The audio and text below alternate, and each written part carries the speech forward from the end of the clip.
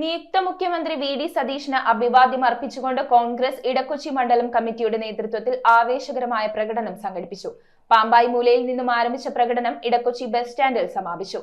നിരവധി പ്രമുഖ നേതാക്കളും പ്രവർത്തകരും പ്രകടനത്തിന് നേതൃത്വം നൽകി.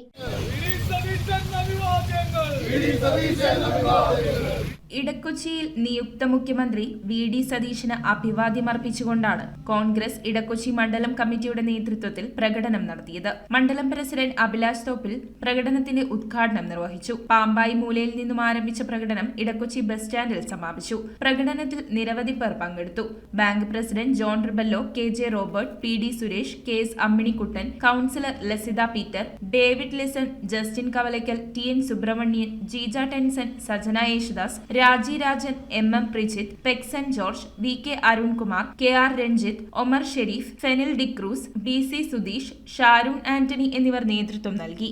News bureau, Kochi.